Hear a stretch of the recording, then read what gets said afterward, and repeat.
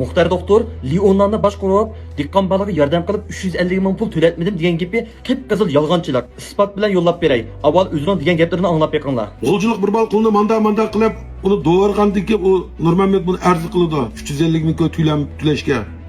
Shuni o'yla, endi g'olchilikka Nurali men telefon qilib, aka mushda olib qoldim, mana qanday qilsak bo'lar deb telefon qilgandan keyin men ikkinchi qatam Nurmuhammad bilan ko'rishdim. Bu bir dehqon bali kefka. Siz nurg'un pulini iyoni qildingiz, mush dehqonning pulini olib nima qilasiz? Qari ota-onasi ekan, bo'ldi qiysangiz ularmika desam, bo'ldi men tugitib uni zo'ponni juvetsin dedi. Endi Muxtar doktorni izlagan g'olchidagi Nurali degan balaning gapini anglab beqinglar. Muxtar kamiliqqa g'olchidga qo'y boqadigan baladan Leonna 350 ming to'lam talab qilgan sotdan to'latgan deganda gapni qilibdi. Amaliyotda unda yo'q.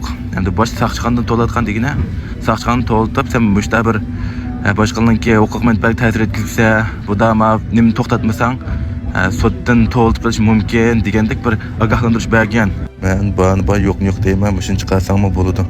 Bir vaqtda nayna to'g'riliq, maytal sevizning kuchi bor degan to'g'riliq gap bo'lib ketganda, g'olchilik bir balanmish ishqa yomon kirishib olgan, qo'y boqdan bir balacha. Kirishib qolgandan keyin shu chog'da bu Leonna bu balanilikqa saqchan orqali to'ltib qilgandan keyin men esimga kelib Muxtar akam bir gap boqay deb Muxtar akam ishtanim qilganda sizni to'latgansiz qanday qilsa bo'ladi desam bo'ldi men Leonlar deb qo'yay bundan keyin bu balimiz zo'pni ishlamasin men deb qo'yay deb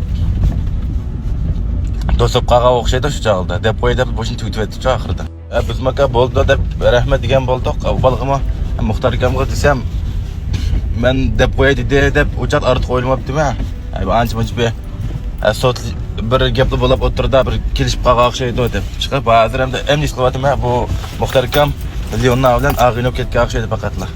Muxtar doktorning Leonna bilan telefon qilishgani rost, lekin hargizmi bu yerda ish og'irtish bilan to'xtab qolgan ishli yo'q. Endi bu qo'y boqadigan diqqon inim Umidning 7-oyning 2-kuni menga nima gaplarni deganligini anglab beqinglar. Erka gapimni anlamasan javob qaytarak Leonna men saqchiga debdi. Sotqa demay saqchiga birin deb.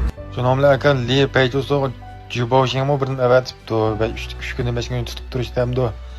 Haqtalab davosidamni ochibdan avatib. O'ng'anjidiklar deydi, bu davomda shundan chiqamaymi deb ishlasam, shet tugitayl deb biz deb baqayli deydi. Yo'miz jim turib olsang, Guanjoning orilish doirasida emas ekan deb yo'llaymiz, kelsan haqtalab qilib qilishi mumkin deydi. Qanday qilish kerak edi? Kechirim so'rayman demay, ashunda deb shpin qilib avval avatib beraman.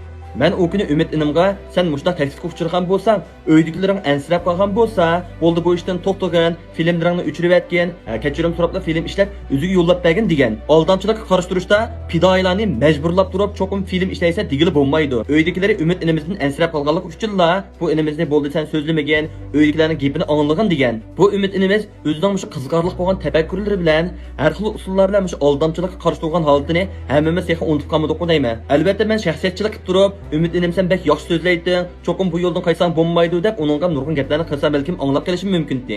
Men bu 13 oy jarayonida mush Umid inimga o'xshash bo'lgan usulda 30 qatimga yaqin tahdidlarga uchrab baqqan. Muxtar doktor, nemishqa shu to'rdoshlarni ahmaq qilib, yolg'on gaplarni qilasiz? Aytam shu Muxtar doktorning Mavlon Niyoz, Shamsiya Abaydullah, Abdukiram doktorlar bilan orasida bo'lgan qiziqarli hikoyalarini so'zlab berman. Shuningdek bu filmga yurak bilan tavsiyani kuchab bir besib aytgan bo'lsanglar. Mening shu filmlarni ishlab ati deb beray deyishimdagi sabab bo'lsa, shu filmning birinchidan vaqtlari bek uzun, onun ustiga shu isbot materiallarni to'plab yozib qilishning o'ziga bir filmga 3-4 soat yoki 5 soatmi vaqt ketadi.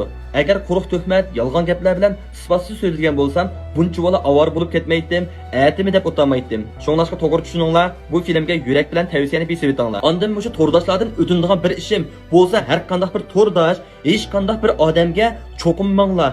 Nim bo'lsa shuni to'g'ri deb turmanglar. Ularni qahramon deb o'ylab qolmanglar. Hech kim qahramon emas, biz hammamiz o'xshashlar, odatdagi odam.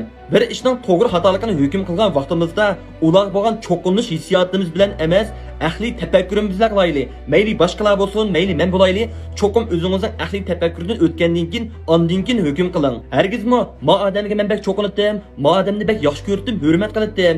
Bu azroqli uvolchilik uchrab qolganligi uchunla bunday ishlar bo'lardi, lekin buni qo'g'day deyman. Cho'qim haqqoniyat taraf turing.